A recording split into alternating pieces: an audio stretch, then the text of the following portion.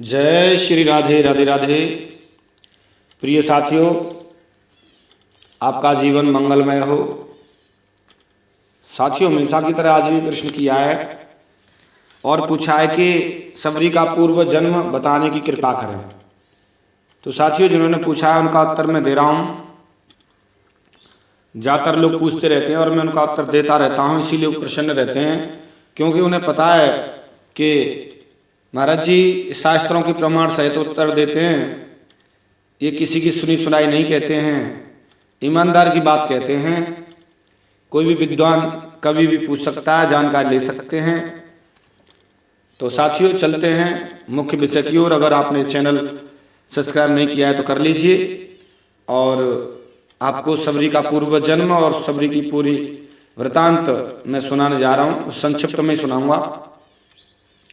चलिए साथियों, शुरुआत करते हैं सबरी का पूर्व जन्म। साथियों, कहा जाता है कि सबरी पूर्व जन्म में रानी थी।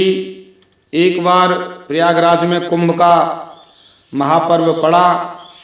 शबरी जी भगवान जी की परम भक्त थी, पहले से भक्त थी। उनके मन में संत दर्शन तथा सत्संगति करने तथा तीर्थ दर्शन, स्नान आदि की और भगवान के भक्तों की, भगवान की सेवा की बड़ी लालसा रहती थी। उसने अपने पति से उस रानी ने अपने पति से इच्छा व्यक्त की कि राजा से रानी ने कहा कि मैं संतों के दर्शन को और कुंभ के मेले को जाने का मेरा विचार है। तो उन्होंने कहा ठीक है, जाओ, मैं तुम्हारे जाने की व्यवस्था करा देता हूँ। तो ऐसा करके राजा ने मंत्री को आदेश दिया और सारी व्यवस्था तैयारियां कराई। मंत्री ने सब तरफ से मखमली आवरण युक्त एवं सुंदर पालकी तैयार की और विशाल सैन्य सामग्री के साथ रानी कुंभ के पर्व को देखने के लिए प्रयागराज पहुंची।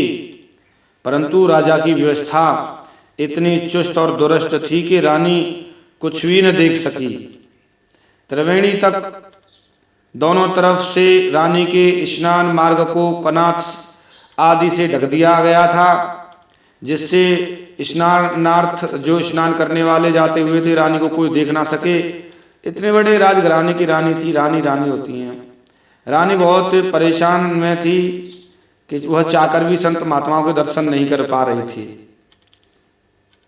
दोनों तरफ से लगे कनातों के मध्य से रानी पांडाल से निकलकर स्नान स्थल को गई और स्नान स्थल पर ऐसी व्यवस्था थी कि रानी को भी कोई भी व्यक्ति किसी भी तरह से नहीं देख सकता था, क्योंकि स्नान स्थल पर चारों तरफ से कनात आदि लगाकर पर्दा कर दिया गया था। एकदम प्रोटेक्ट सिस्टम था। जिस समय रानी सबरी जी गंगा जी में डुबकी लगाई तो रानी ने हर बार डुबकी में गंगा जी से यही प्रार्थना की थी कि हे गंगा जी, आप मुझे अगला जन्म नीच कुल में मिले, जिससे मैं स्वतंत्र पूर्वक संत महात्माओं के दर्शन कर सकूं। गंगा जी ने रानी की प्रार्थना स्वीकार कर ली और जब दूसरा जन्म मिला तो वह नीच कुल में जन्म लेकर सबरी नाम की से विख्यात हुई।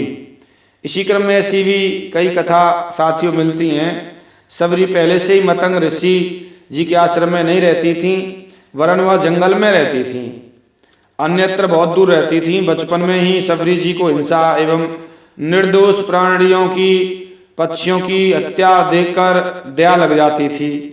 उनका शरीर ऐसी घटना को देखकर सिहर जाता था, रोती थी, कांपती थी। वाह, क्या दर्द था, क्या करुणा थी। यही तो संत हृदय होता है।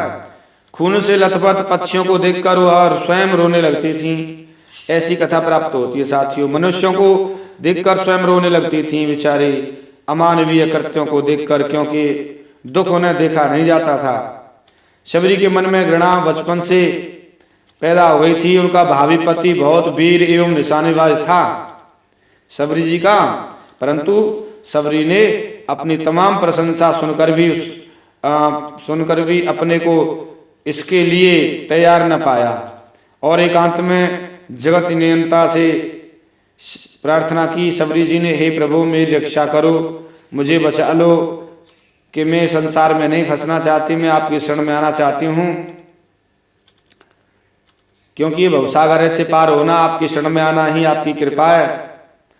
प्रार्थना करते करते रात्रि अत्यधिक बीत गई थी सबरी जी की, और अब तक सबरी ने अपना कर्तव्य निश्चित कर लिया था कि अर्धरात्रि के समय वह बिना किसी परवाह किए सबरी अनेक नदी, वन, तालाब एवं कांटों से युक्त मार्गों के बीच अनजाने गंतव्य की तरफ भागती चली जा रही थी। घर को छोड़ के जा रही थी, रात में अपने पति को भी छोड़ दिया था और उसे डर सता रहा था कि कहीं मैं अपने माँ बाप के हाथ में फिर से न पड़ जाऊं, कहीं भागने की तन्मयता, भूख प्यास भी उसे जिससे बिछुड़ गई थी, भूख प्यास भी सब गायब हो जाती है भगवान की भक्ति में। नींद, भूख, प्यास सब ये दर्द है साथियों। इस तरीके से 2 दिन बाद वह पंपा सरोवर पर पहुंची। वहां पर मतंग ऋषि जी का आश्रम, सबरी जी वहीं निवेदन करके प्रार्थना करके संत महात्मा जी सबरी जी वहीं रहने लगी मतंग जी के आश्रम में। उन्होंने परमिशन दे दी थी, वो जानते थे मतंग जी के ये सबरी वास्तव में बड़ी भक्त है और भक्त इसको भगवान जरूर मिलेंगे। इसलिए उन्होंने समाज की जो कुरीतियाँ होती हैं और समाज की जितनी भी अपमान उन्होंने झेले कि लोग कहते थे स्त्री को रखता है, वो भक्त की महिमा जानते थे। अब माँ गंगा जी द्वारा पूर्व जन्म में दिए गए आशीर्वाद स्वरूप अब सबरी उचित एवं उचित स्थान पर पहुंच गई थी, क्योंकि गंगा जी का आशीर्वाद था इस जन्म में। तो मतंग ऋषि के आश्रम में रहते हुए सबरी जी मतंग जी की खूब सेवा करती थीं। जब मतंग ऋषि जी परम धाम को जान लगे तो उस समय सबरी जी ने उनके साथ जाने की इच्छा प्रकट की। गुरुदेव मैं तुम्हारे बिन कैसे रह पाऊंगी गुरुदेव। तो मुनि जी ने कहा, मतंग जी ने कहा, मुनि ने कहा कि राम दर्शन होंगे सबरी, तेरा दरवाजा ढूंढते ढूंढते भगवान आएंगे। हो मेले मोनि वृंद फिरत दंडक वन, सो चर्चान चलाई, बारही बार गीध सबरी की, गीध सबरी की, बरनत प्रीत सुहाई। कहाँ है सबरी का घर, कहाँ है? ऐसे करके राम आएंगे सबरी, ऐसा वरदान दिया था, कहा था सबरी तुम मेरे साथ मत जा, अब तुम शीघ्र ही भगवान राम को, राम जी दशरथ नंदन राघवेंद्र सरकार हैं जिनकी प्रतीक्षा तक मुझे थी, अब वे शीघ्र यहाँ आने वाले हैं। ऋषि तो परम धाम चले गए और सबरी जी की प्रतीक्षा में वह सबरी जी वहीं रुकी रही, राम आएंगे आएंगे, आ रहे हैं आजकल आजकल। इस तरीके से 10,000 वर्ष तक अनवरत राम की प्रतीक्षा करते हुए सबरी प्रभु में लीन रहती थी और उसे जाकर भगवान के दर्शन हुए थे। सबरी जी को भगवान के दर्शन हुए थे और राम जी ने सबरी जी के झूठे बेर खाए थे। साथियों यही तो भक्ति की महिमा है। साथियों मैंने आपकी भक्ति की महिमा और सबरी का पूर्व जन्म बताया कि वास्तव में कितने 10,000 वर्षों तक सबरी जी ने राम जी का इंतजार किया था और राम जी उनका दरवाजा पूछते पूछते उनके प्रसाद ग्रहण किया। साथियों यही भक्ति की महिमा है, इसी को भक्ति कहते हैं। साथियों आपकी नज़र में ये समझ आई होगी बातें, ज़्यादातर मैंने सबरी जी का पूर्व जन्म बताया। साथियों यद्यपि कहीं नहीं समझ आया हो तो आपने शास्त्रों का अध्ययन किया है तो कमेंट करें, जरूर मैं आपके प्रश्न का उत्तर दूंगा। साथियों मैं मिलता हूँ किसी एक विशेष गहरी रहस्य के साथ में, तब तक ले जय श्री राधे राधे राधे।